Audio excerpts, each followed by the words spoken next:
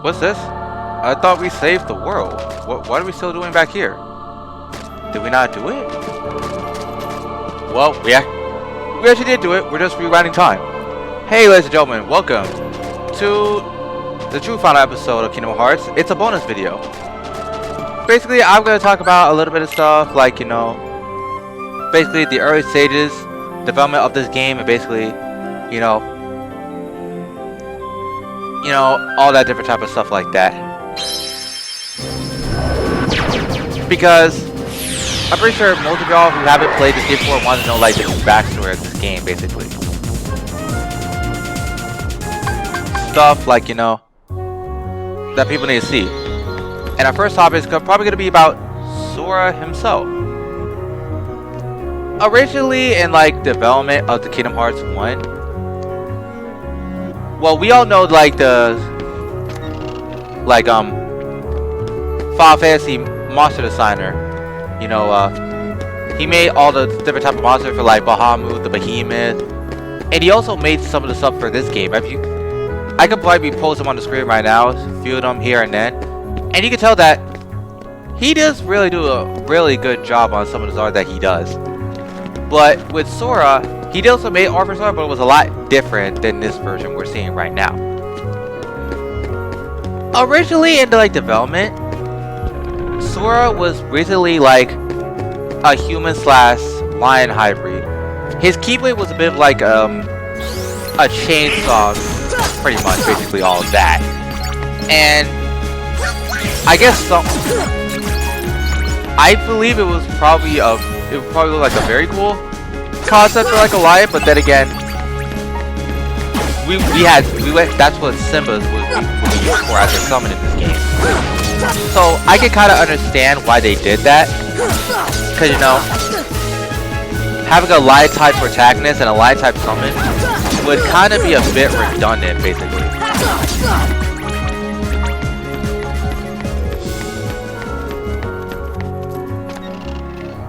And another thing I'm gonna talk thing that was added for like Final Mix. For like, I say this because for like certain materials for like getting the ultimate weapon were like kind of changed.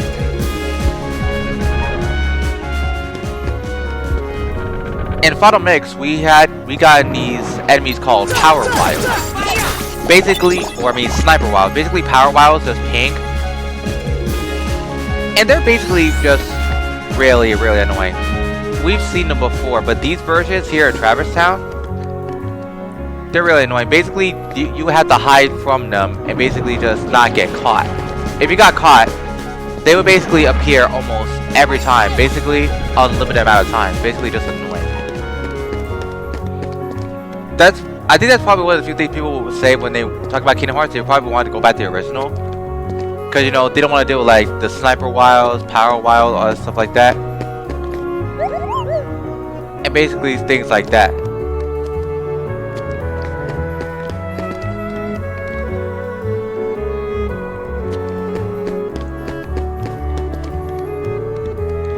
Also, originally in like development, I think Mickey Mouse was supposed to be like the main protagonist. But like I said, they wanted like, to make their own original character. So that's why Sora came into the fray, and like Sora came into the fray, and he's basically the most iconic character in all the Kingdom Hearts games. Because imagine if Mickey Mouse was the main protagonist of the Kingdom Hearts series, maybe it would be something else. It's gotta make sense, because like, he's like the king of Disney and stuff like that. But I guess they wanted to make him Mickey Mouse a side character and stuff like that, basically.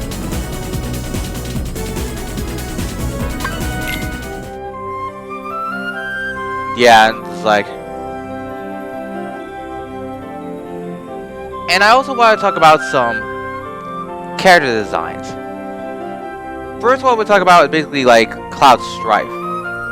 His design is not from any Final Fantasy game, not even 7. It's a new design based on this game. And later in the series,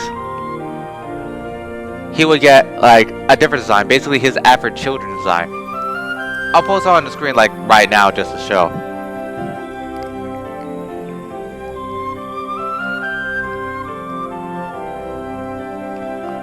You see that?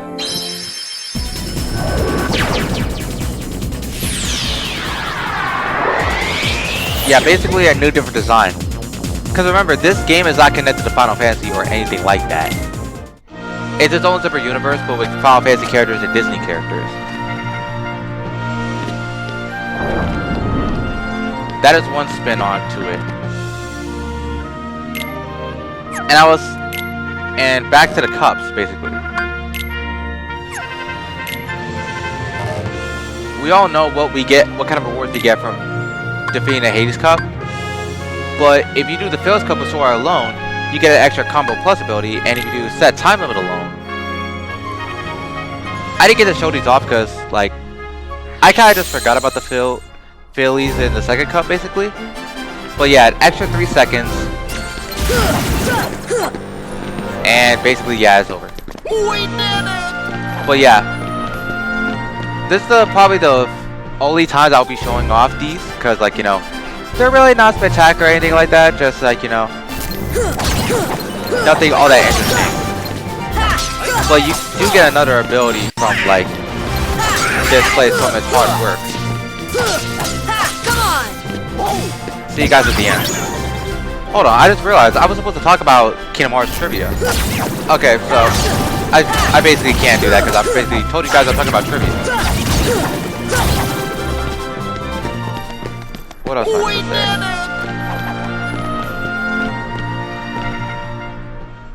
Now, I basically y'all know, like, I didn't mention it before, Sora's voice actor, Haley Joel Osment. Thunder! Basically, Sora does sound like a really little kid, but even though he's a teenager, Haley Joel Osment was a little kid back in like, the stages of this game, basically. That's why he sounds like that, but later iterations, like remakes and stuff like that, he sounds a bit than, like, this version of Kingdom Hearts 1. I know a lot of people find this version of Sora a lot, like, really annoying. But honestly, I don't find it all that interesting. Haley Joel Osment has appeared in, like, other types of media, other types of movies. Especially every other Disney characters in, like, other worlds.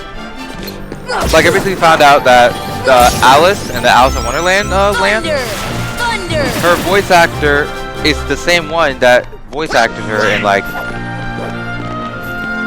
back in 1951 when that movie came out. I'll probably have to find a picture of it.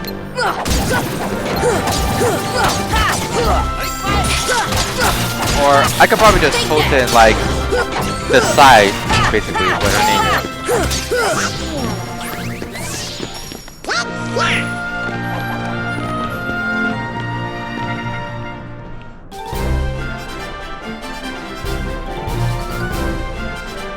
But yeah, I didn't get to mention this at all, but, like, it's very nice to know that some old Disney voice actors get to do their very unique roles even to this day, basically.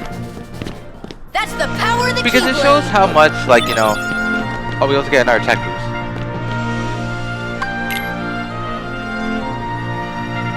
Yeah, we get a lot of tech boost equipment in this one. It's basically the Phil's Cup.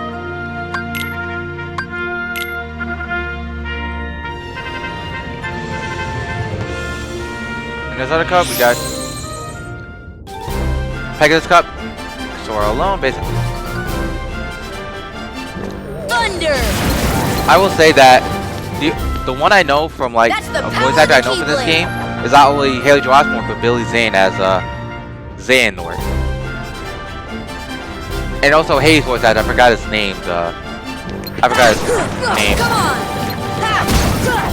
I'll probably post a picture of the screen. Post a picture of it as of right now. But yeah, that voice actor of Hades and like Ansem, I do like them a lot. They are very interesting designs.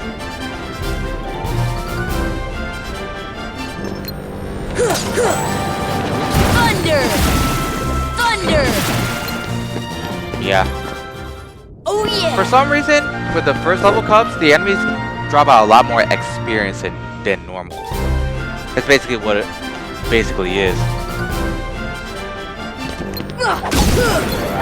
And besides the green Requiems and the wizards, there's no other enemy in this game that could like absorb magic. Like all three elements, basically. Oh yeah!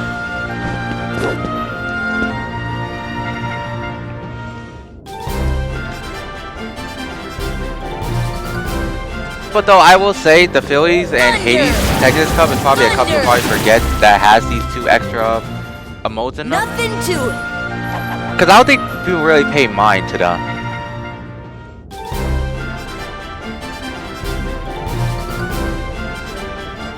Because they're more so just there, just like, you know, waste your time and stuff like that.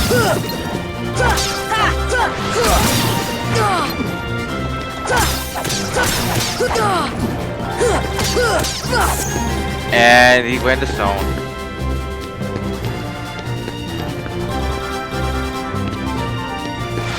But yeah, I will say the ending of this game, at first back in 2002, it really threw people off. But years later, for other games in the series, now explains why King Mickey was like in that little door to darkness at the end. And Riku, I will say. Another thing I would say is that Riku is kind of like a one-sided character, basically. That's the power of the Keyblade. He's mostly just there to like to fill the status quo and stuff like that. As well as Kairi, I will say. I think Sora and Riku and Kairi in the beginning of Kingdom Hearts 1 kind of are two-dimensional, basically. Nothing to it. They don't really have that much character development in them, and just like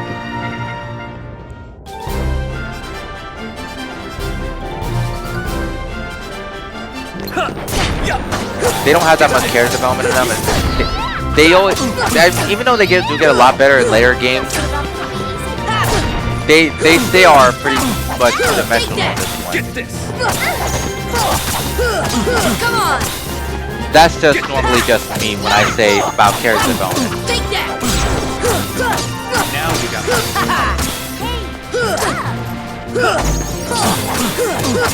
Come on. Bit of Final Fantasy for Leon here. When you get his weapon, Lionheart, it's based off his like gunblade basically.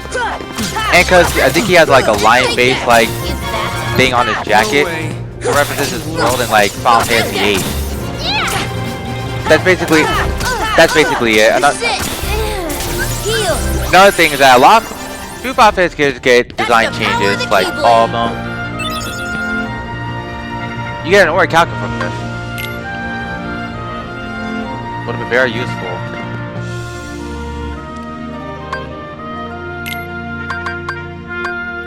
One last set. But yeah. I can only imagine like if they added like more Final Fantasy characters in this one from back from the 90s. Like for Final Fantasy 4, 6.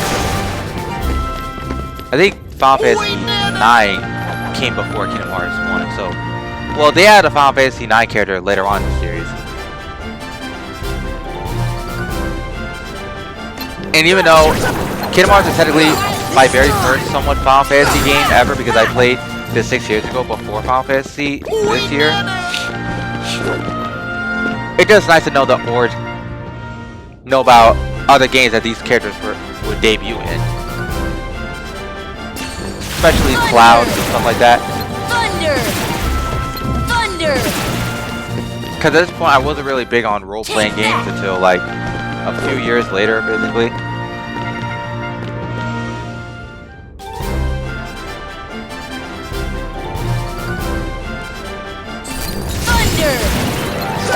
Forgot about Requiem. The electric Requiems are weak to ice, but you don't really imagine ice being a super effective against lightning, basically.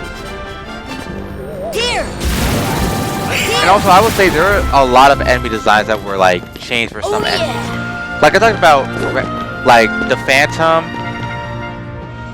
and like some others, but I just want to talk about the boss of Neverland got a very big like change in color in this one.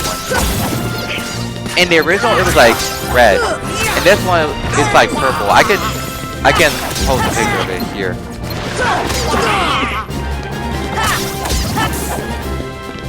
Because originally, a lot of new enemies were changed for Final Mix, like I mentioned before. But I think they should have kept like the red color scheme for the Fire Lord, because it just looks so much more menacing than its pink iteration.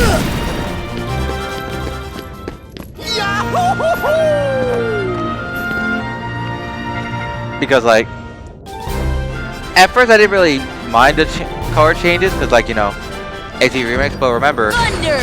Final Mix, oh yeah, one thing I should say about Final Mix. Final Mix was like originally a Japanese only game released in Japan. It would take the guys like maybe a few years later to have these things released for other consoles so other players could experience them. I think that's kind of like a very lame idea. Most like events and games from like back in the day and this generation did that a lot. I guess it makes sense because, you know, they want to be localized, like basically all that stuff like that. It's basically like the Xenoblade Chronicles 1 from how the first Xenoblade 1 on the Wii wasn't able to come outside of Japan, basically like very lame remake. No way. I can lose. Well, yeah, it wasn't until Final Mix would be released for PS3 and PS4 that these games would probably be able to be played on other hardware.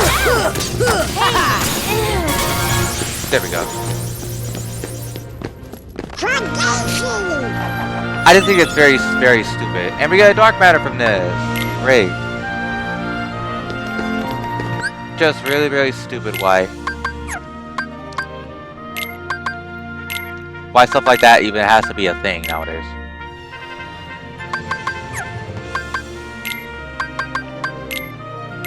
It doesn't make any logical sense.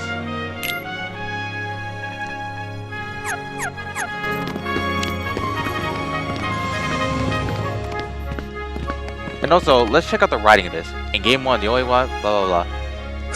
I would say this is a nice, very thing of like I guess Olympian history, I guess I would say, because a lot of this statue are written like Olympian text, so basically you couldn't read it. And there's Hades' face. It's so funny right now.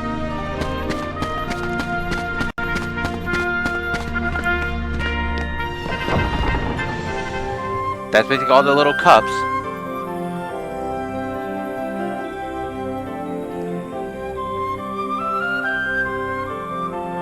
I do want to say this one little thing. I think that little scene when Kairi gets her lucky charm to transfer your Keyblade to Olympia, I think it's a pretty, very cool thing. Because who knew that the lucky charm of our best friend could transform our Keyblade into something very cool.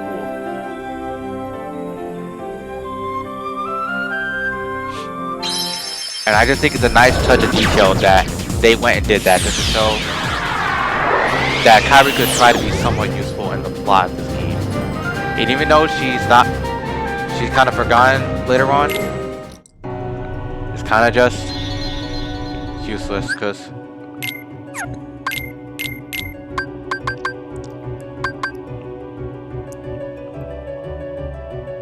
it just shows that this Keyblade is a symbol of our friendship and just how far we've come.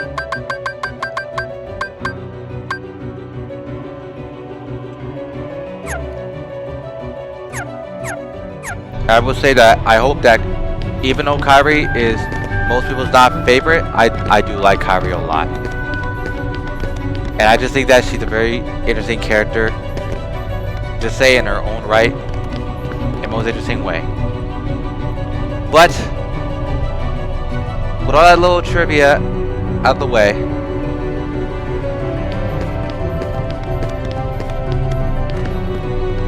it's time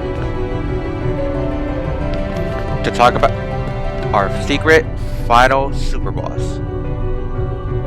Have your equipment ready and be prepared. I'm gonna go wide up ahead.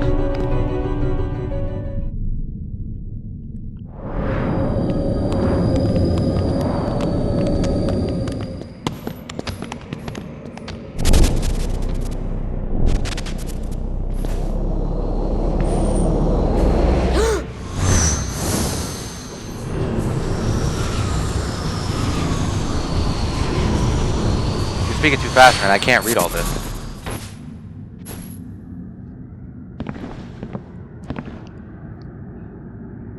Who are you?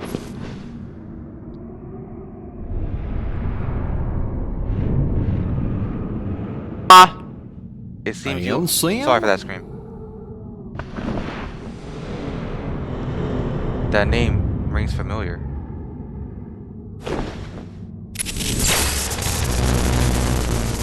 You remind me of him. What's that supposed to mean?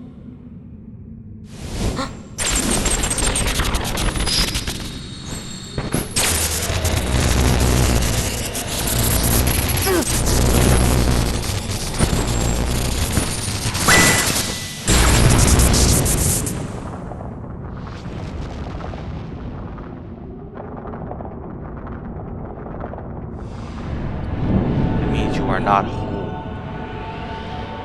Whoever this man is, he was waiting for us. You are incomplete.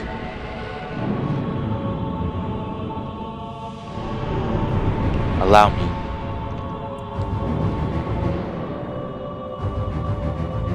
Whoever you are, you're not gonna take that from us.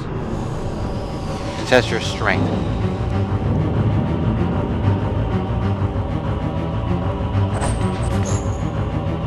Let's fight to the duel. This is no question mark, aka Dark Side. Basically, this guy, he likes to dance around everywhere, basically in his anime style type dance. Basically, what he does, he shoots up a barrier and wiggles his lightsabers out of his hands and shoots like giant electric energy blast. What I normally do is activate Tinkerbell. Put on auto regen and just let the fight take its course. Normally, you have to play patient with this dude. Basically like that. You also have Bounes by your side, but you can also reflect some of his laser attacks back. And this is something that he does. Oh, I managed to get that out frame 1. And this is another thing he does. He basically does his anime type flippy type.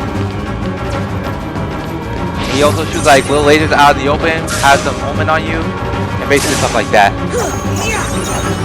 And once you hit his lasers, you can deflect them back. But I want you guys to listen to this nice little music track, because I think this song is very, very unique for the Son of Boss and Final Mix.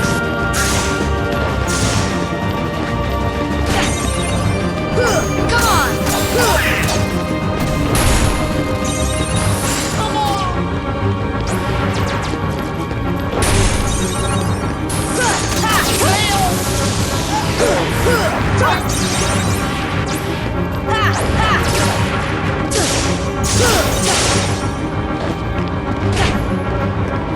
Heal!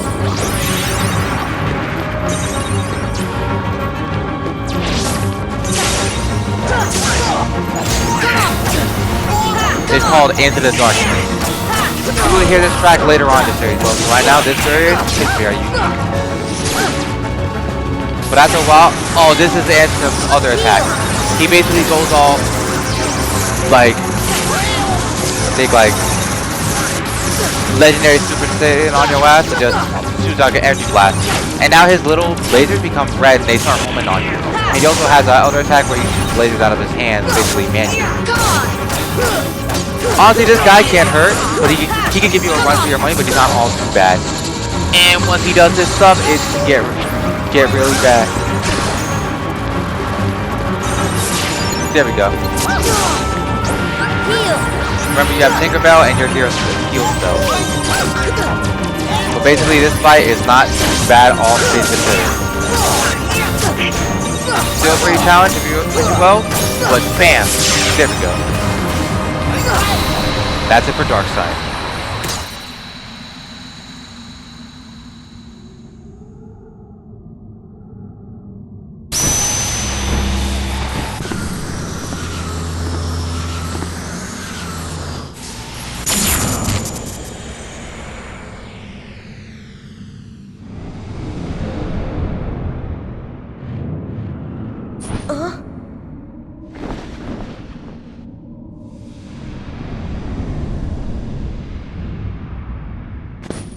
talking about?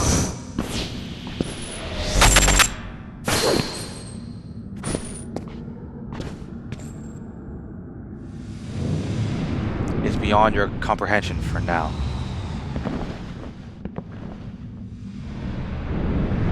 Until we meet again. Until we meet again. Wait! What are you? I am.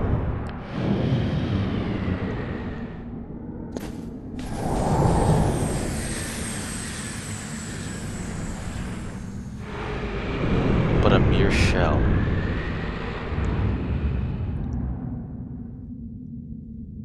This will mean something later in the future. XP necklace. Answer report 13. He who doesn't exist. Now, if we did this boss last, in our super boss rush, we could have gotten this, but for now, it's not really all that useful. Get a lot of trophies on PSN. But, that's it, guys. Kingdom Hearts is finally done. I guess 100%, basically. This is the end of our bonus video of Kingdom Hearts Final Mix. This series has been, well, this episode, well, this whole playthrough has been a nice ride. Getting to come back to this, showing how fun it was. But guys, I think it's time for us to move on to our very next Let's Play. See you guys, maybe next month, next week, who knows. This is PG signing out. Have a fantastic night, and take care.